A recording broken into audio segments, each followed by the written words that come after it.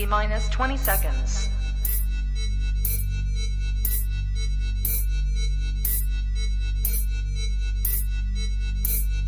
10, 9, 8, 7, 6, 5, 4, 3, 2, 1. What's up, everybody?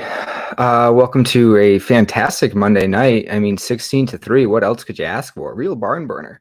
But yeah, back again, solo pod. Brian, I think, is officially boycotting the show now. He told me to play Zay Jones this week in my Scott Fishbowl playoff matchup.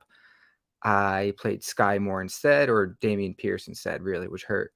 So I think he's mad at me. So he's not going to be on the show. Hopefully back next week. It is what it is. Sometimes you gotta listen to your guys. But in my defense, he said he whispered it, then he said he yelled it. You never know. But shout out, he should be back next week. Maybe I'll take the week off just to pay it back to him. But with that said, pretty interesting week. But obviously, I need to start out. This should be zero surprise to anyone that watches. I've been talking about this player since week 4. I actually went back through all of my notes. And I've mentioned him 5, 6, 7 times. Mace goes. Rachaad White. I have to put together like a highlight clip of me like bashing people's brains and like, you must add him if you are a serious contender in redraft. So, well, right? What do we see, right? Like I told you the last several weeks, it's not when Leonard Fournette gets hurt. It's not if, it's when. Because it's going to happen, because that's every year, right? He gets beat up. He misses a game, 2 games. It is what it is, and that's what happens. But even prior to that happening, Rachaad White was playing more and more and taking more of that, also that key work in third downs and things like that, where 2-minute drills, where he was getting real work. So Leonard Fournette is out. 14 rushes for 64 yards and 9 receptions for 45 yards. He was 19.9 fantasy points on like your standard ESPN. He played 90% of the snaps, right? With Leonard Fournette out, Rachaad White was the dude. And this is something that, right, I've been trying to tell anyone out there that's listening that this is what we were going to see when Fournette was out. And it's exactly what we saw. Now, I don't think Fournette, right? He might even be back next week, right? It's not like a long-term thing. So are we going to see 20-point outputs in 20.25? And he did that without a touchdown, right? So realistically, throwing a touchdown, he's a 25 ceiling, 25, 30-point ceiling type guy, right? In theory, like a decent offense. With Fournette coming back, I would temper your expectations a little bit. He's not going to receive 90% of the workload, obviously, with Leonard Fournette there. But this does become, to me, right, something that's going to be a much more a true split, with even Rachaad White seeing actually more work than Leonard Fournette, even if Fournette's back and healthy. Because, again, that's what we were seeing, that trend for the last several weeks of Rachaad White going from nothing to 30% snaps to 40%, right, up to the 50 range, and getting into the fact that he was pushing Leonard Fournette for playing time and meaningful playing time. So this is just maybe a pat on my back, but like, this is something I've been telling people, that like, you have to have Rachaad White on your roster prior to this happening. And if you listened and you had him, I had him on almost all of my redraft teams, right? As soon as it happened, Leonard Fournette out, boom, plug and play. You knew he was going to get the work, and he did exactly what we would hope for. So, right. Yeah. Never heard me say that. Yeah. Literally every week, every other week. It's ridiculous, but hey, I've been trying to tell people. Next up, DeVonta Smith. So since Goddard's injury, he's led the Eagles in targets, receptions, receiving yards. He's even out-targeted A.J. Brown for 3 straight weeks now, and by a relatively wide margin. So 26 targets for Smith, over 17 for Brown over the same time period. Now, unfortunately, it hasn't led to like outright awesome fantasy results. 9 for 50, 9 for 78, 839 and 1. Like, not terrible, but getting that much work in an offense like Philadelphia, you would hope for a little bit better, especially yardage wise. But with Goddard out, right, there's no tight end that's even taken Goddard's role. right? They've kind of taken his role in a sense, but not any part of his usage. Like Jack Stoll has run 44 routes over the last 2 weeks for 1 target. Grant Calcaterra, I don't know, Calcaterra, I think Katera, Duncan will tell me. 14 routes for 1 target, right? They're not any sort of usable tight ends in that offense. And DeVonta Smith is really sucking up a lot of that work, which is fantastic. You think over, right, the course of the next few games, that should continue. AJ Brown, right? The connection with Hurts is there. That's not going to go away, but we even saw last year, right, with Hurts and Smith, he can put up points. He will put up points. Calcaterra. Okay, beautiful. Thank you, Dunk. You just hope for some more yardage to go along with all of those targets and receptions, but I think it's coming. But Smith is someone that is an easy plug and play, a nice kind of like wide receiver 2 type guy that you can feel safe with because he's going to get the work. He's going to get looks. You just kind of have to hope for maybe some better yardage totals or those touchdown receptions. Next up is Latavius Murray. So this backfield is his because they literally let go of everyone else. Yeah, Quez Watkins has come on. That watching the game, just me talking and Dunk at this point now. Watching the game last night, and like I just had like my phone up and doing something else, and I saw a touchdown. I was like, "Let's go!" And then there's Quez Watkins. I'm like, "Well, that's useless for most people." But it is what it is. For Latavius Murray, so he handled 87% of the rushing back rushes yesterday, and overall an 82% snap share, which is like great for fantasy, right? Because at the end of the day, volume is king. And if you're getting a running back that is seeing over 80% of the snaps and 87% of the rushing work, as well as running 26 routes on 40 dropbacks. So you had the same amount of routes as CMC and Ramondre. So unbelievable usage. The issue is, yeah, fair. The issue with Latavius Murray is like the Denver offense is just so unbelievably bad that his elite usage doesn't really matter. Like if you put that type of usage in any sort of functioning offense, like that's a running back 1. Easy. Seeing almost 90% of the rushing attempts and 20 and running a route on over half of the pass, like it's ridiculous. But the Denver offense is so bad and so broken, it's hard to say if it even really matters. Like, I mean, you're obviously playing him. It is worth noting that Hackett today said that they are going to open up the window for Mike Boone to return off IR, and the plan is to have him practice and start it. Does he come back right away off the IR? I'm not really sure, but they did just release a few hours ago Devine Ozigbo, which does open up a roster spot. So in theory, that could happen. Now, I don't think they want Latavius Murray to be that 80% plus type guy. Nothing against him. I just don't think that's ideally what they want for their offense. But at the same time, they let go of everyone else. So maybe it is what they want. If Mike Boone is activated and plays, that zaps Latavius Murray's ceiling even more than it already was in that type of offense that it just doesn't score points. So for me, I have Latavius Murray in a couple of spots. He's a fine, if you're a 0 RB team, like a fine RB2, maybe a deep flex type league where you have to start 2 or 3 guys in a flex. He's fine in that role. He's getting enough volume and enough work that he's going to put up at least. He's not going to kill you on any week-to-week basis, but with the way that offense runs, even with that elite usage, he's not going to win you weeks, which is unfortunate because heading into the season, that offense we all expected was going to smash, and it just has fallen completely on its face. Next up is Trevor Lawrence and kind of his past tendencies. So I guess before Trevor Lawrence, just looking at ETN, the whole running back, the offense as a whole, I saw today that ETN should be fine, that he was actually cleared to get back into the game, but just out of caution, they held him out. So unfortunately, Jermichael Hasty, I wouldn't rush out to add him, especially if you ever drop anyone of note. It doesn't seem. It seemed like it was a 1 week type deal. if you have a free roster spot or a complete dead weight, might not be a terrible ad just in case ETN re-aggravates and then you have Hasty for the last few games if it's something more serious. But I wouldn't go out of my way for that. Just by the way it sounds is they're not too concerned about ETN in his foot, so I wouldn't be either. But to Trevor Lawrence in the past tendencies.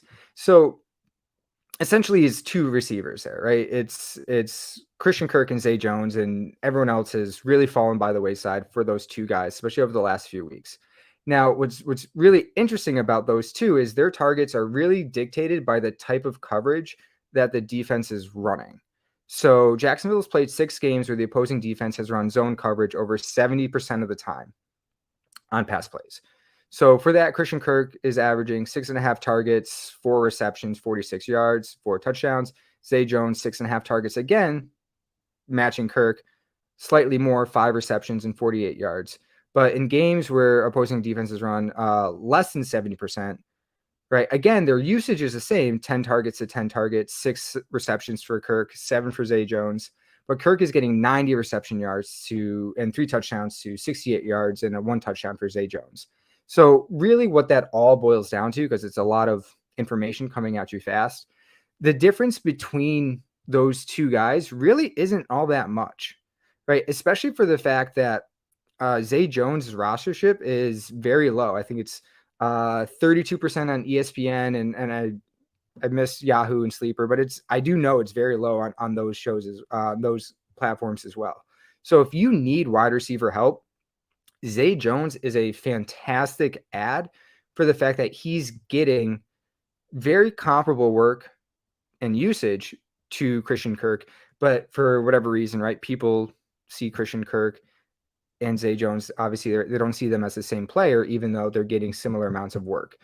The big thing to note is that, the defense is running zone or man, because that does help dictate who's getting right more of the work, or at least the yardage from Trevor Lawrence. So, expect slightly better usage in games when the opposing defense is lining up in zone, right, versus man, depending if you want Kirk or Zay Jones. So in week 13, Detroit runs zone the 4th least. So you kind of want to avoid Zay Jones in that because, right, that's not really where he's at. Dallas runs it the most, right? So again, that's a better thing. All right, sorry, that's better for Jones. So on and so forth, right? And then Dallas runs zone the 8th most. So it's really just picking and choosing and figuring out, what team works at, I can't speak, what team runs zone more or less, and then kind of that's your Christian Kirk week or that's your Zay Jones week. Next up, Zeke, Elliot, and Tony Pollard. So the last 2 weeks has been very comparable in usage. So right in pure usage, where Zeke, Elliot in week 11 coming off injury, he had 15 rush attempts, and last week 16 rush attempts, or yesterday 16, or Thursday 16 rush attempts. Tony Pollard 15, and then 18 on Thanksgiving as well. The big difference that we saw is in week 11, Zeke had a 29% snap share, but on Thanksgiving jumped all the way up to 51%, whereas Tony Pollard 54% and then 59%. So Pollard still got a ton of usage, but in this last week, he had 18 rushes for 16 yards and no real big scores or work in the passing game outside of that. So in the first week back, both guys crushed, right? Tony Pollard, 6 receptions for 109 yards and 2 touchdowns, right? But Thanksgiving, we kind of saw that shift back to Zeke, even though he was snap share 51% to Pollard's 59%. Zeke started to kind of take back his role in that offense. Now, that isn't something that should be surprising. It still is surprising, but it shouldn't be surprising, right? For 2 years now, all we've heard is Tony Pollard is better than Zeke. Tony Pollard better than Zeke. Again, it doesn't matter.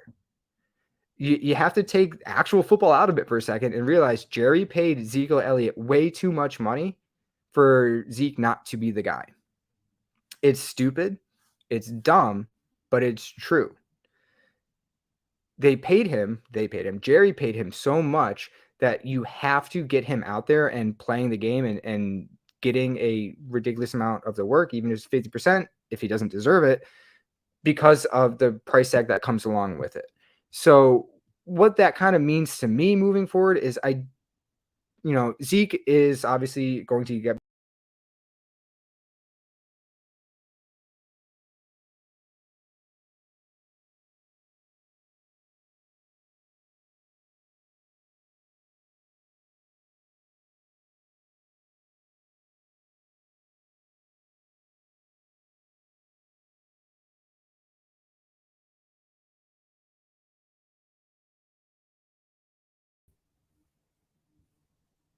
that was weird.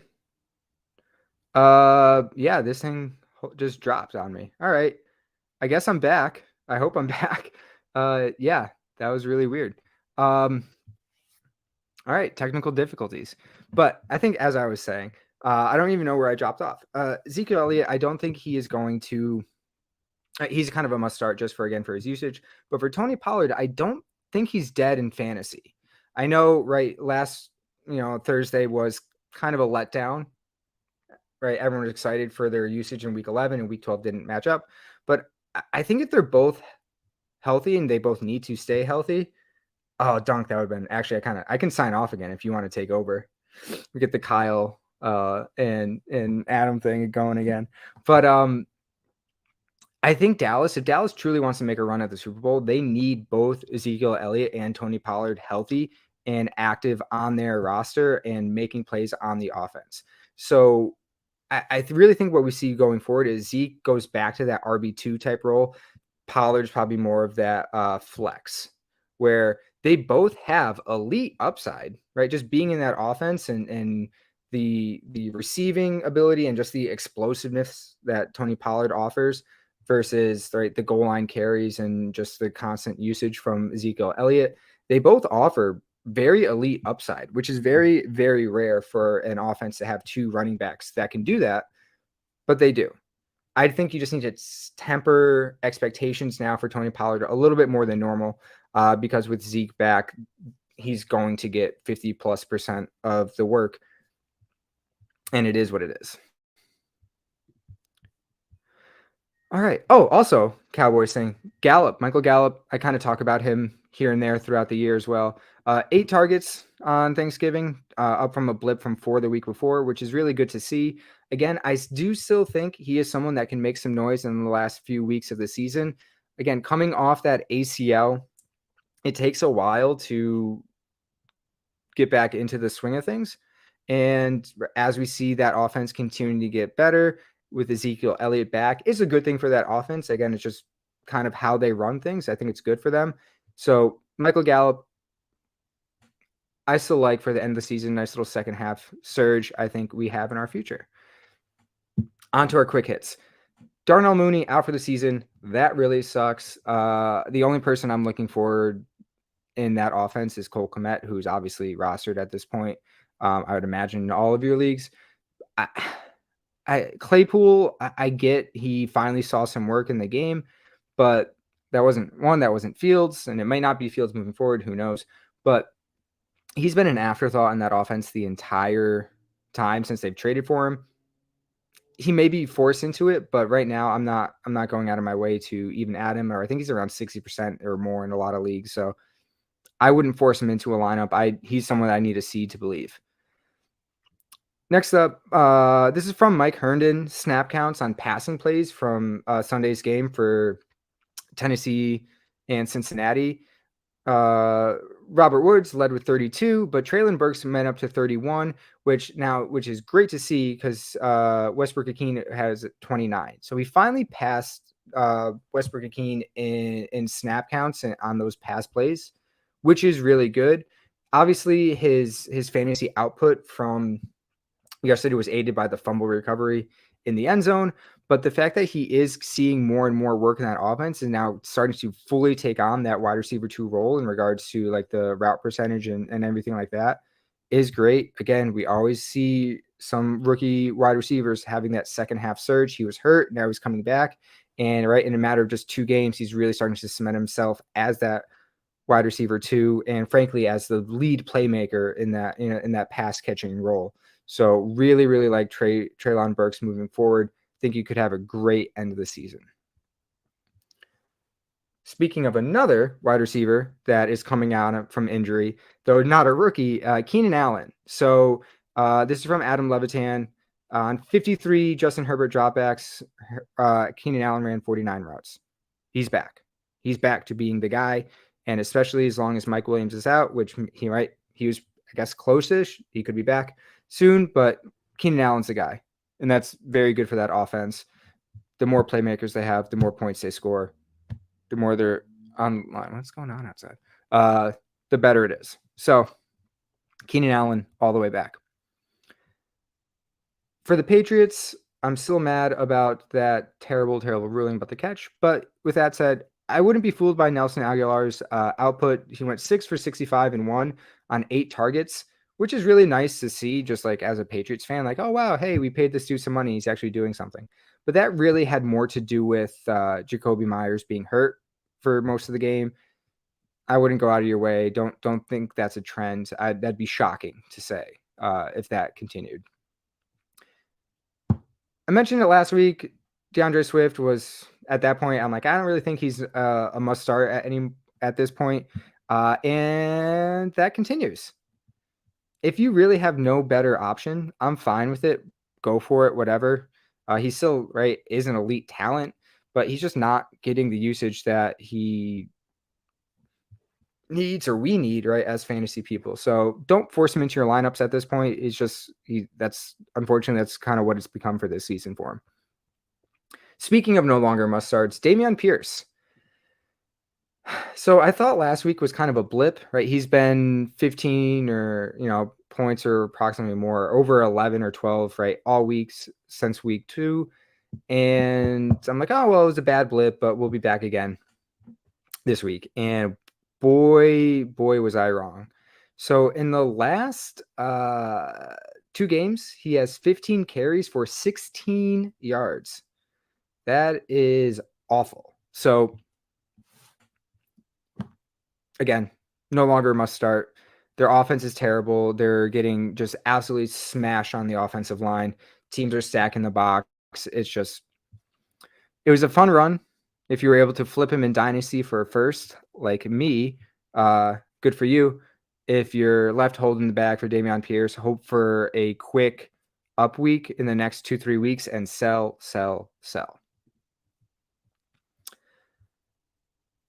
And then another letdown guy, Alvin Kamara, hasn't been rushing well. His usage in the passing game has left a lot to be desired. And unfortunately, now they have Tampa Bay and the defense coming up Monday night. I don't know how much that changes. Again, he's someone that, you probably don't have a lot of better options than Kamara on your bench and your roster at this point. But he's been a real letdown for fantasy this year. And, at this point, you're probably selling low. But if we're talking Dynasty real quick, the looming suspension is for next year.